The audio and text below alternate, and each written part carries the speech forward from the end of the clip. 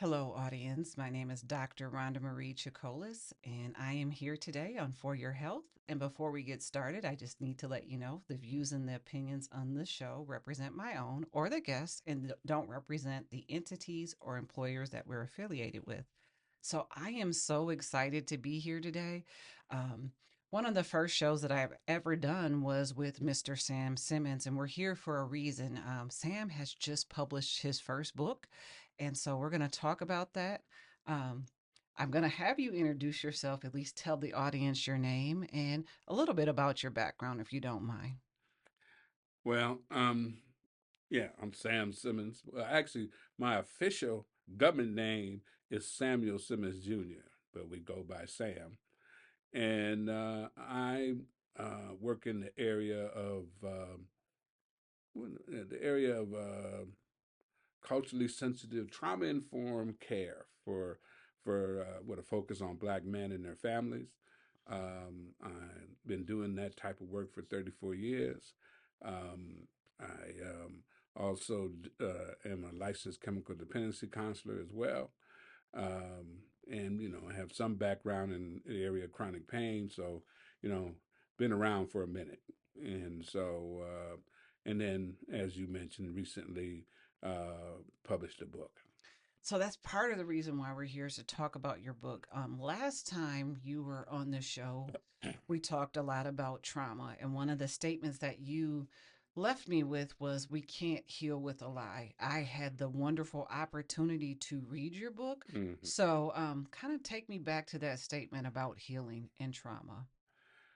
Well, the the the issue is if we don't deal with the full truth, it makes it difficult to do the process of doing that journey of full healing. It's like picking and choosing different truths, around our trauma, and then trying to heal right at the same time. Um, it's like um, trying to you know make a cake, but I only use half of the ingredients and wonder why it don't come out well, right? And so what I mean by that, especially in terms of our community, is sometimes, well, not sometimes, a lot of times, and right, I think in some ways rightfully so, or the history is focused on um, the oppression, racism, racial trauma, the things that's happened to us, right? And and we can't ignore that. But at the same time, if we ignore how those things have affected us in terms of how we deal with each other, um, then we don't get to the full essence of the healing, like family trauma, community trauma, and those pieces. Because if you have this long history of being traumatized, right? If you don't do anything to address it or don't have time to address it, then it will so a lot of times will have an effect on how we deal with each other, and unknowingly, in a lot of cases, traumatize folks close to us in the process of not fully being able to, get through that or process that, right? And again, it makes sense, really within our experience, is we never have had the opportunity to process that. And on top of that, I think the way things have gone over these many years, these 400 and some odd years here in America, particularly, is I think we've been convinced in some ways, if not necessarily consciously, but subconsciously, that our trauma is all our fault. And because of that, it's hard to have that conversation. And again, it's hard to have the conversation because of the pain. But the trauma, the original sin or trauma, is not our fault, but dealing with the healing is our responsibility. That's a great one. So let's get to the big reason why we're here, the Okay. book. Okay. And I was just reading my notes. One of the quotes that struck me at the beginning of the book and the intro or the forward, we call it, was you're going to tell the truth. If we don't want to hear the truth, we should not be talking to you. I know sometimes you've given me some truth about myself that I'm like, oh, he went in with me. But tell me how we got to this book, because a lot of times when I knew you, at first this wasn't something you were thinking about publishing. How did we get here? And then tell me the title of the book too. How did we get here? Um, well, actually, the book has been in process for over 20 years, to be honest. There's been like two, we made a few attempts. The original book, because I'm not a writer, and I'm not a major reader other than what I need to because of my dyslexia and that kind of stuff. So this concept of writing a book, even though people say, "Mr. Simmons, you need to write a book," Mr. Simmons, you need to write a book, was really scary and strange to me. So one of the things we did, I used to do a public access channel show, weekly show on topics like relationships, codependency, chemical dependency, physical and emotional trauma, and those kind of things. Which was actually, I find out later on, was watched regularly to the point where folks thought I was a minister because I would have all these different suits and stuff on. It was behind a podium and that thing. So we took the video of that show and transcribed it. And so the original book was the transcriptions of that, and then trying to fill in the blanks. Uh, had an editor, tried to work with it. The problem was the tone of the book wasn't me, Mhm. right? And so we did that, and then we did it again, and the tone got better, and that kind of piece. Well, this last time, a bunch of the youngsters, because one of the things about my work that I think probably makes me feel really good is my work is really accepted by a large population of younger folks. And so some of my young colleagues said, "You're going to write the book," like you know. And so not only did we take that original manuscript, but they also took new videotapes of lectures I've done, and then put it in an order, and then re-interviewed me because I'm better verbally to fill in the blanks. Okay, and then with that team, put the book together as you see it. Uh, and that same team came together, made we came up with the title Just Sam, and that was purely by accident because we didn't have no title. We had the book, we had the manuscript, we had the cover, but we didn't have no title. Right now, the title of the original book was "It's Time to Deal with the Pain." Mhm. you know. So that wasn't going to work for this. And they kept asking me, and I'm ornery and tired, and I said, "This is called the book Just Sam," and then that's what it ended up being called. I like the title because, again, when you introduced yourself, which I know sometimes you're uncomfortable doing, you have all of these accolades like chemical dependency, trauma informed care, chronic pain management. I know you're on a National Institutes of Health, NIH, research funded study on chronic pain. Right, You've done so many things, father, husband, right, friend, all of these things. But I think at the heart of it, you're just you, you're just Sam. right, So if my memory serves me correctly, again, there's like 17 chapters here. So right. take me on the journey of this book. How do we open this book up? We kind of talk about like your childhood or Well, the thing is the original. One of the questions is about the book because it says Just Sam. Is the book an autobiography? Not really. Okay.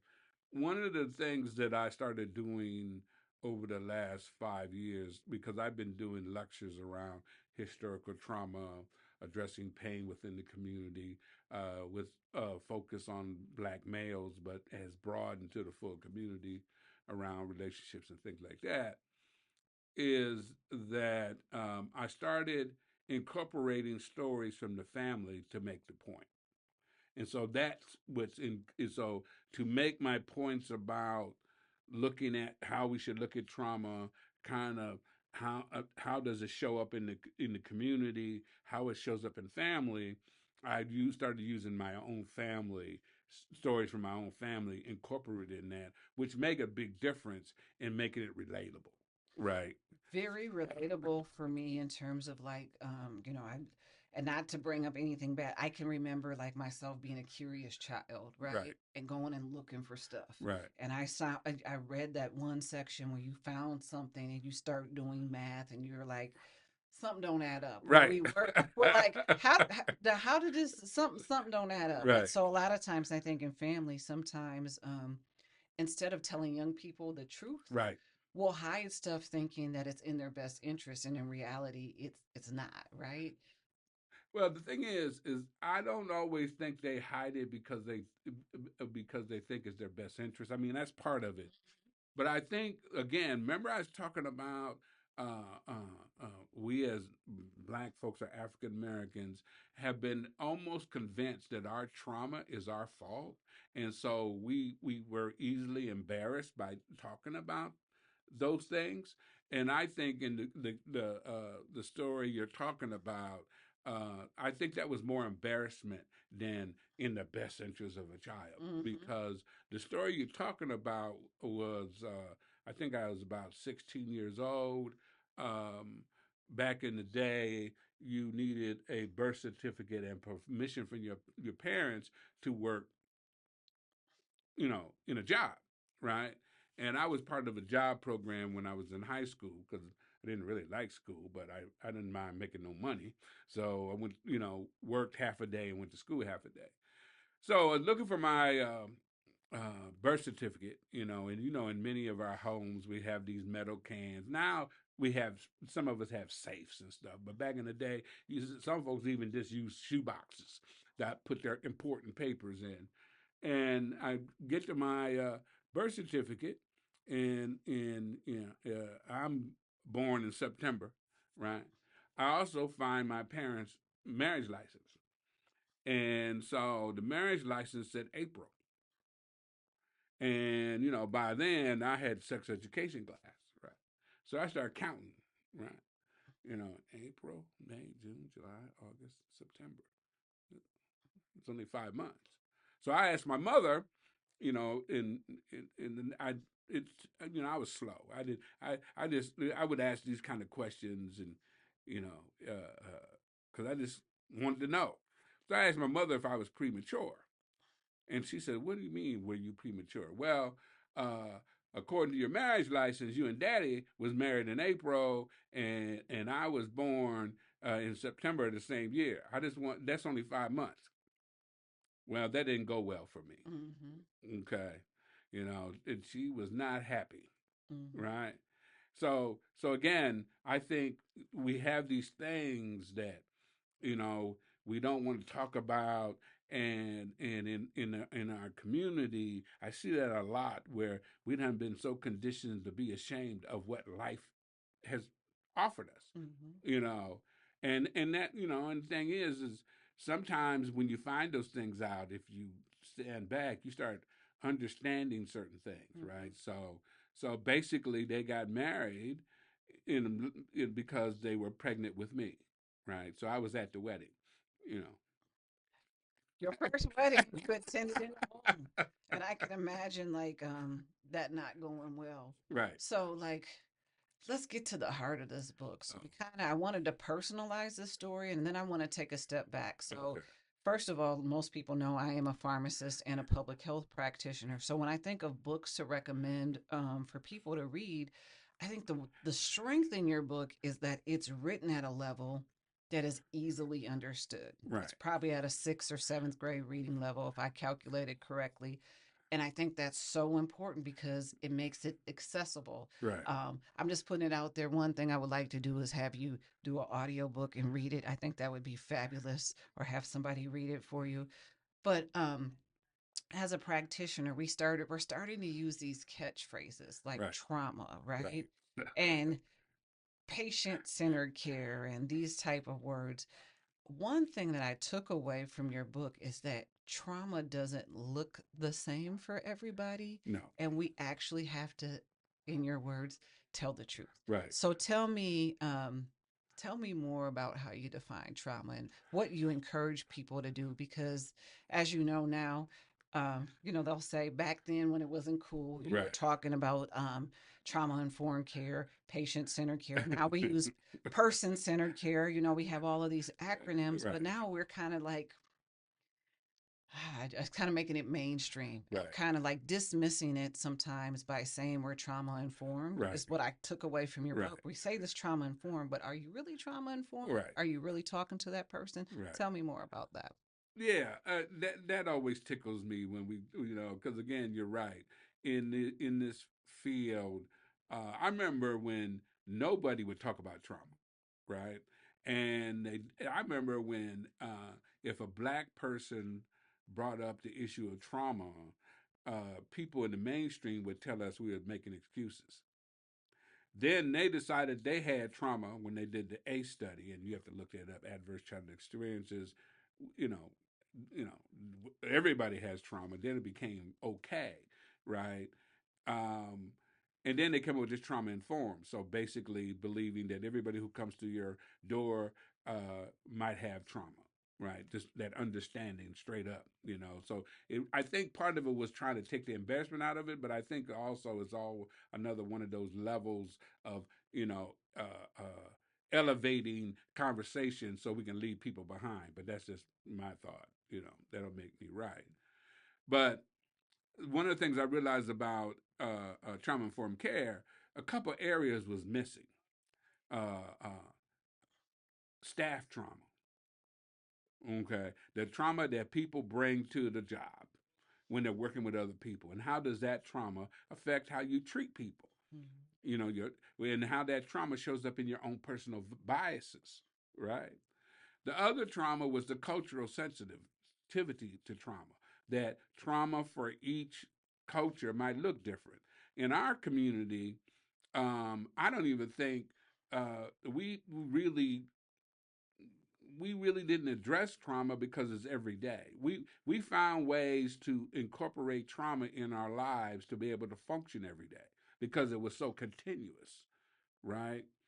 And so some of our trauma responses, not the trauma, because the trauma is real, okay, and it's still continuing in some ways with the oppression and those kind of things, right? But our responses to the trauma, some of them we call culture, right? And then a lot of it is a lot of pieces are just trauma responses, legitimate trauma responses at the time, right? Um, and so when we call it culture, it's difficult to give it up, right? Um, a more light example of what I'm talking about. Say, and we've got Thanksgiving coming up, right? And say I had Thanksgiving dinner at my house, right? And so you got my family, you got my wife's family. We're all together. We did this one time, okay.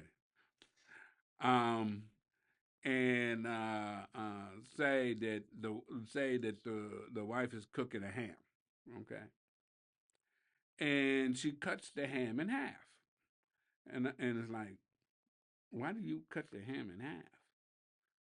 And she says, because my mother did it this way, right? So her mother's there. So I go up to her mother, Miss Young, why do you cut the ham in half? She said, I don't know. This is the way we've always done it. This is the way, my mother did it. But so Nana's there too. Okay, so we go to Nana. And you know how Nana is. Nana's sitting back, talking mess, right? Talking about her grandkids, the ones she like and the ones she don't like. I mean, and then be all loud about it. That one, he's slow, that kind of thing. And and she take a dollar bill. Now, to show you how old I am. Took a dollar bill. She folds it up all neatly in the palm of her hand, and the grandchild she likes.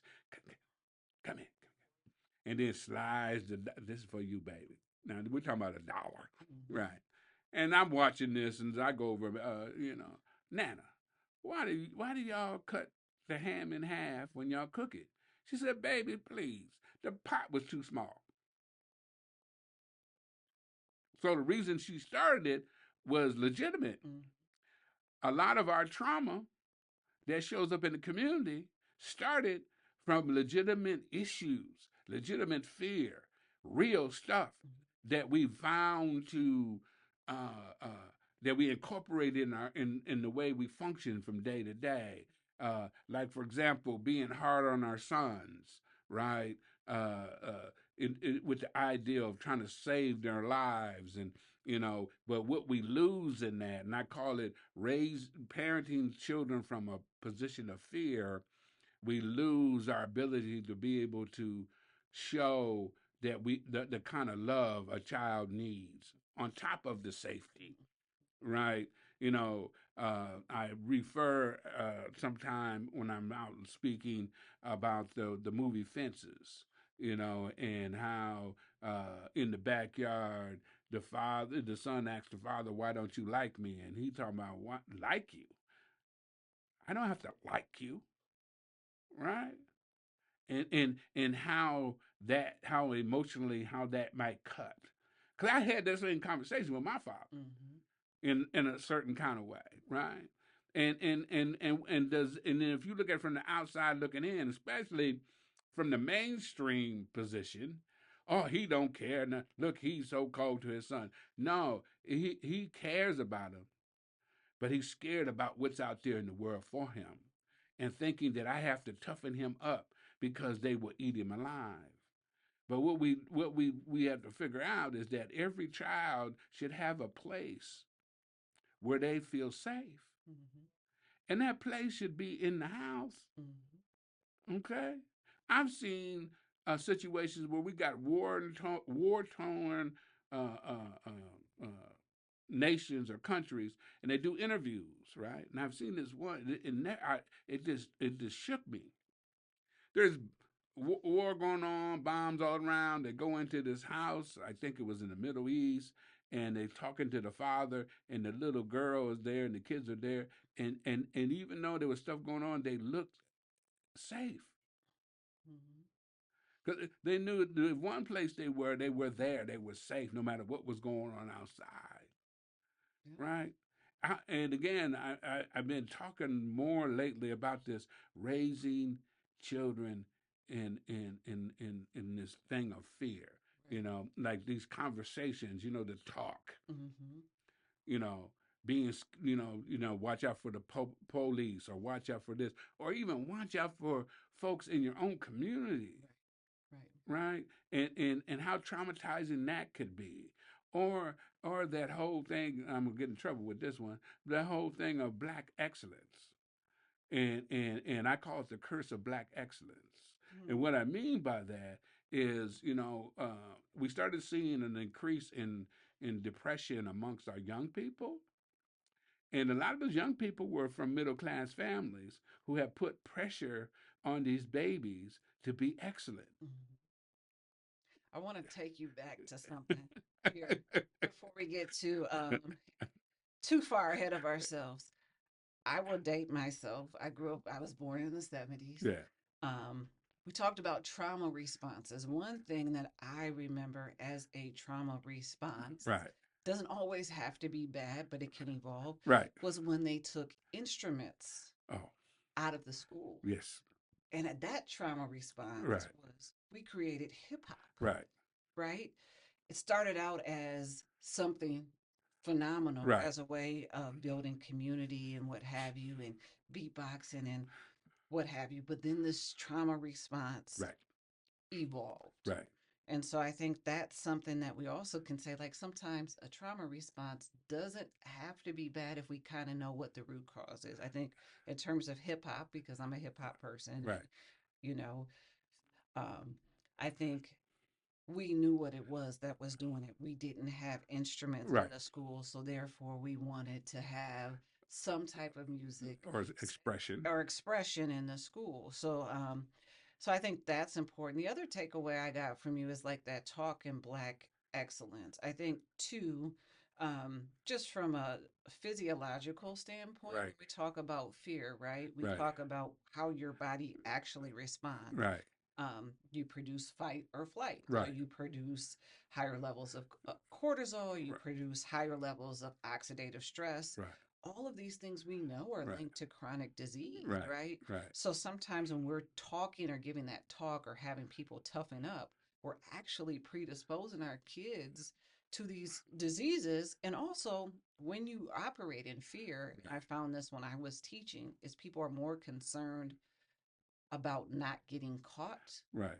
than having the pieces to do life. And so Right. I wanted to take that back because in the middle of your book, I think you kind of go through the different sections on different segments of the population, like Right. mothers, fathers, women, men. Kind of tell me about that section of your book. You mean in terms of their different responses? Yes, absolutely. Yeah. I mean, but again, that brings us back to that raising kids in fear, Mm-hmm. right? Like, for example, you talk about the boy, I mean, the father being hard on his son, and then he accused the mother of coddling him. Yeah, that both of them are a response of fear for this child's life, or the whole idea of black girls, right? In terms of we were so over the top about black men being in black boys' lives, but they also need to be in black girls' lives, and there's been some studies that show maybe even earlier, that let that girl know that she's precious and that she deserves the best. But in terms of that, also that the response is being told in a way that might not be that healthy, that you don't need no man to succeed, right? I definitely disagree with that Yeah, statement yeah, because yeah, yeah, but yeah. again, think about where the safety piece came in Mm-hmm. at. And Mm-hmm. see, one of the things that I try to do when I talk about this trauma, because again, I don't have time for right and wrong, Mm-hmm. right? I got to deal with what is and then work backwards. Right. You know, I try to look at what even in a negative response, I try to look at why, right? I go in. I don't run away, Mm-hmm. right? Because there's usually a why behind it. Mm-hmm. Now it might not, from a person's standpoint who haven't had that experience, Right. they might think, well, that's not a good. No, if I can understand the why, it's not about. See, there's a fine line between making an excuse Mm-hmm. and understanding, Mm-hmm. right? So if I go in, I can understand, okay, why would that mother or father do this particular behavior that might have a long term effect that they don't realize at the time, or might even be a response of their own trauma, Mm-hmm. right? Mm-hmm. In terms of living their dreams through their kids or out of that fear, there you step back and it's like, oh, that makes sense, right? And that's important to help take away the shame. Mm-hmm. And working with my men is like I try to get them to take a look at the trauma because they're walking trauma. They don't even know what trauma looks like. Mm-hmm. Because it's so close. And we have and our creative ways we have incorporated the trauma into what, like I said, what we call culture. Like when you brought up hip hop, yeah, hip hop was a sign because when I was in school we had band Mm-hmm. and I was in band, Mm-hmm. right? I probably wasn't that good, but I was in band. I was Mm-hmm. in band. I was in wood shop, and if it wasn't for band and wood shop, I wouldn't even go to school. Okay, because I did not like no school. Mm-hmm. Okay, but I liked those classes, right? So you get hip hop, and yeah, it was a result of there's no more music and expression, but the other part of that, hip hop also elevated the trauma, Mm-hmm. the voice of the trauma. Yeah, and I think hip hop, like, is we all had like what I took away from your book, and I wanted to take a step back from a clinical term. Right, We use this big word uh, called transference. right, And so that was the big takeaway I took from your book is that a lot of times we don't even know why we're right, operating in fear. Goes back to your ham analogy where, right, we don't know why. But what I'm doing is I'm transferring this on right, to the next Next generation generation. and the next generation. So me as a clinician, like I like to say, we know all of this now, Right. right? I think one of the things as we move, because I want to take reader or the audience on this kind of journey, not giving away too much of the book because it's Hmm. certainly worth the read, but you go on from naming this thing Right. because it all feels good now. We have a name. Right. Clinically, we could check boxes and say, okay, let's do the PHQ-9. Let's see how depressed you are. Let's see how much anxiety you have. One of the things I started seeing as we moved beyond, like when you started talking about um, women not needing men, I can say certainly I've been afforded a wonderful opportunity growing up in North Minneapolis. I didn't know I couldn't do stuff until I left Right. the community. Grew up around a wide variety of things from people like Ray Seville, that was DJ, and yourself. I heard about your parties back in the day. Uh-oh. Uh, my father, my cousins, Uh-huh.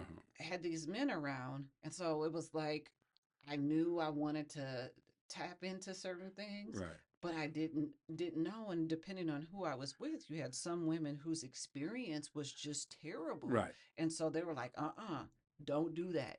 You don't need this person. Right. In reality, we all kind of need each other. If you know me, if I can get rid of a job and I can delegate it, I'm delegating it. I don't want to pump gas. I don't want to do all of those things. And so that's about me. But I think the biggest utility in your book is we have this trauma. We know it looks different for everybody. We Right. know that sometimes it's either historical or transferred from generation to generation.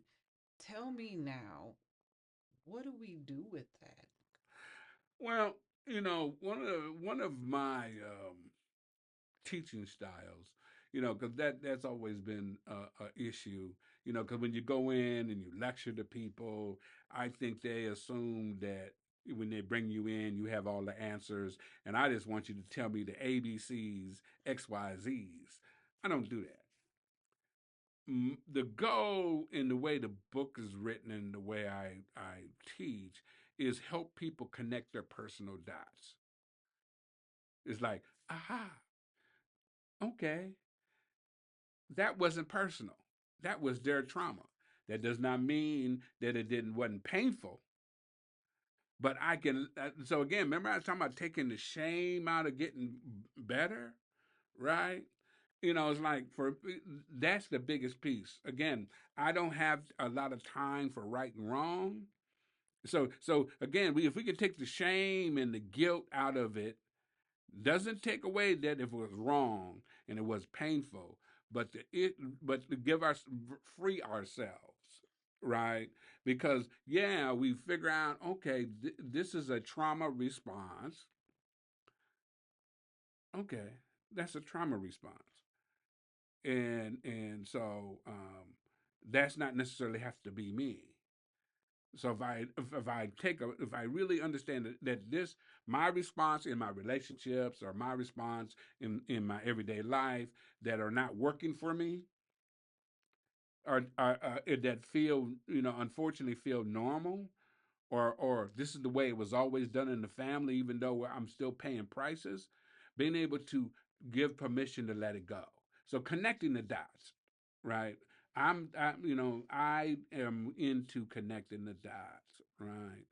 And and one of the biggest dots that get in the way of healing is codependency in our community because of our condition, especially for us who definitely have American slavery in our background.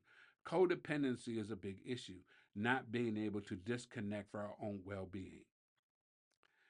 One of the things I realized in terms of dealing with my trauma as it relates to me personally and my family, I had to disconnect myself from the family and my community, at least emotionally, and in some ways physically, to allow myself to heal.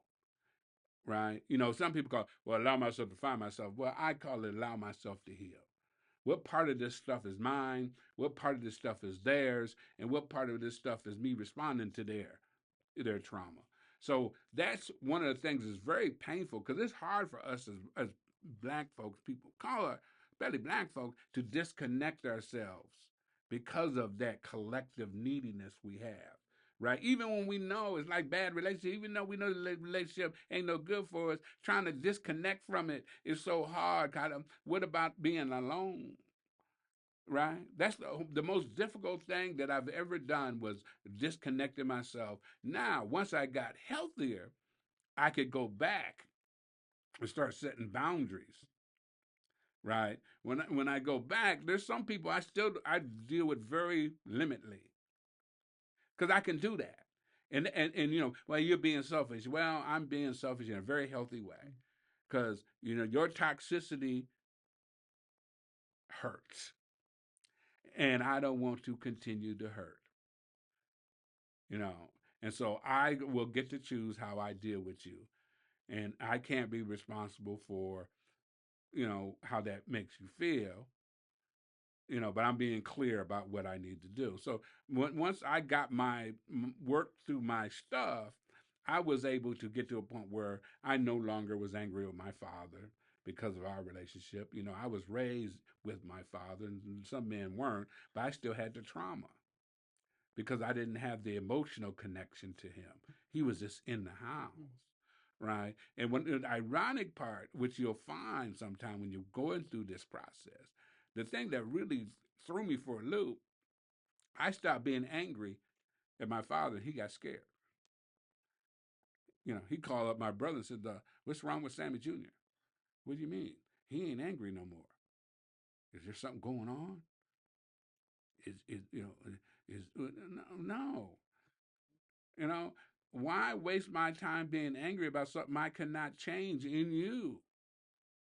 I accept you for who you are and where you are right now because that's in my best interest. See, one of the things that we also been hoodwinked about is taking care of yourself and setting limits.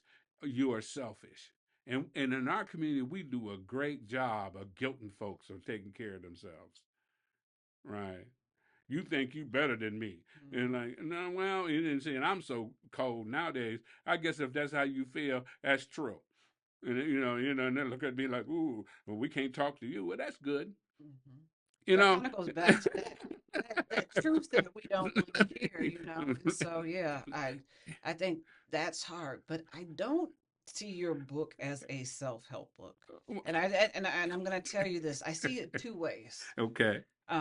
Because it's like sometimes when we're here, we got to know our audience. I Right. think it's a great read for people to start like examining what's going on with them. Right. But there's this other thing that we talk about. A lot of us spend our most of our time in a professional domain. Right. And so you have clinicians Right. who have bias, Right. who have said, well, if I work in North Minneapolis or Right. South Minneapolis, people look like this. Right. Part of it is, and this is the journey I've been on this year, like finding my voice and whatever, healing professionally so that you don't transfer your biases on future clinicians, Right. and even how the way you take care of people who are in front of you, be it a therapist, be it a mentor, be it a pastor, be it a whatever. Right. Can you speak to that? Because I got a little bit of that from your book too, that you weren't just talking to me to own my own stuff. You were talking about creating like a systemic change in a way for people to say, when you examine your stuff, Right. don't just examine your family Right. life, examine it all. Right. Tell me more about that. Well, I think one of the things is that um we this lie, lies build on themselves, right? And we'll lie to ourselves about it ain't me as everybody else, or especially when whatever's going down, it might involve other people, but even that we choose to involve those people. Like if you're a lot of people who do the work we do, a lot of them are caretakers, right? And what I find about caretakers, a lot of them are caretakers to hide their own trauma.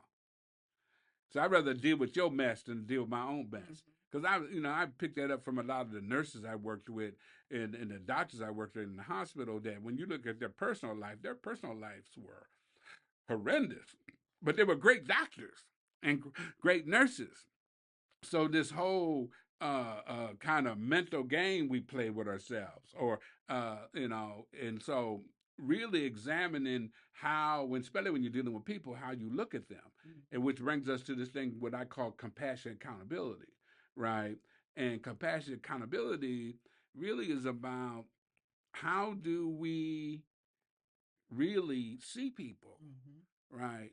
Because some people, if you're doing this work, there's some people you like automatically, you relate to, homeboy, homegirl. There's some people you don't understand because they're from a different culture or a different country or just from a different part of town.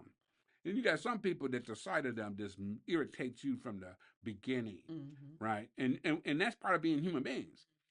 But when you have accountability without compassion, you're not going to be fair. Because the person you like, you're going to show them compassion, right? A person that you don't, or you feel that don't deserves compassion, you're only going to hold them accountable. And we see that we seen that in legal systems, and we see that in many systems. Because of how I feel about you, I treat you totally different automatically, right? And so, and then in some cases, you get to a point where you get self-righteous and believe that you're the only way who know the only way and that it should be, right? And again, you start excluding people, start being biased, and to the point where you don't even care of the impact it's having on other folks, long as I, keep safeguard my own folks, right? And then you start othering people, right? And then don't have, if you have compassion without accountability, you got chaos. And then sometime in our community, some of our, what we do, we bend over backwards to show folks in our community compassion without accountability because we're trying to make up for, some other yeah, things. some other place like the system, you know, and not realizing we're not doing that person no good if we don't hold them accountable to some level, right? And then we got the emotional piece where we bounce back and forth depending on how you make me feel. I do all this stuff for me. The thing about this work is that when a professional talking about, well, they didn't say thank you. Is that the reason you do this work? Or you in a rude awakening? Because some of these clients ain't gonna say they thank you, and some of them might just cuss you out. Some of my best successes from clients who initially cussed me out, and then later on come and apologize. Because you cussing me out now. Are you done? Do you want to be in the group or not? And they're like, But again, that's about checking myself. Why am I triggered by this person? And I don't like to say the word when I'm in people, like a lot of times don't like to say triggered. I've even found like for some people it's like literally it's like a superhero or a nemesis. You Okay. touch them, you will activate something in them that you may not want to deal with. Right. And I know right now I can talk to you forever. Right. Now I think the audience understands like why that the title is so fitting. Just Sam, Right. you're more than your past. You're Right. more than your titles. Right. You're more than your connections Right. to your community. This book offers um, people, clinicians, politicians some insight to really do some self digging and Right. like really call it what it is. I think like the takeaway I got is trauma, for example. My trauma can be academic. Right. My trauma can be in my professional, but to own it and work through it. Tell the audience how they can get a copy of this book, and are you doing future book signings? I know you've done that, or how can they get that? Are we going to put that up at the end for during the credits, so that we can get this book out there into the community, into the hands of Well, clinicians? the one place you definitely can get it is on Amazon because I published it through Amazon. Okay, we have made some arrangements with hopefully that other bookstores will pick it up. It's out there for them, but Amazon for sure. In terms of the book signings, we plan to do some more after the first of the year. We had a couple. We had one in St. Paul and one in Minneapolis that went very well. And so we will, and to get more information on that and future book signings and things around my conference and all that, you can go to samuelsimmonsconsulting.com and get updates on that. Yeah, and we can get you connected. We're getting ready to be on Instagram and all these other kind Yeah, of and I see places. like just the potential of you even. I think this is important for future clinicians and different people to read. So maybe, who knows, you might even have a book club, or some people might use this as a way to talk about this. Again, I want to thank you so much for being generous with your time. I do know I plan on having you back as you talk about like how your book has been received and Right, how you connected with some of the work that you do with right. fathers and communities. So I'm looking forward to that. In 2 minutes or less, what would you like people to leave this conversation with? Well, that one is one of the big ones I've been talking about a lot. A community is only as strong as the information it's given, and so I think that's important, and I think the other piece is the idea of how we carry ourselves. Like I often say, a role model is someone who realizes the babies are watching and acts accordingly. Mhm. Wonderful. Well, my name is Dr. Rhonda Marie Chakolis. It's been an honor and privilege to be here. Thank you so much, and this has been For Your Health.